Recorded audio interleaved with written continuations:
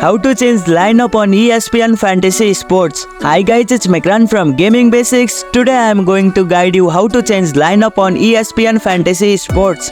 Changing lineup on ESPN Fantasy Sports is quite easy. So without any delay, let's start the video. Open the app, launch the ESPN Fantasy Sports app on your mobile device. Log into your account. Make sure you are logged into your ESPN account.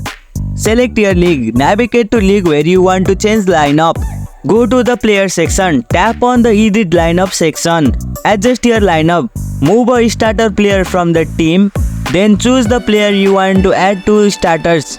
Then tap on move and then click on here. Save changes. Confirm and save your changes by tapping on save or submit. And here you go. That's how you can change lineup on ESPN Fantasy Sports. If you liked our video, press the thumbs up and share button. If you have any question, comment down below and don't forget to subscribe the channel for more tutorials.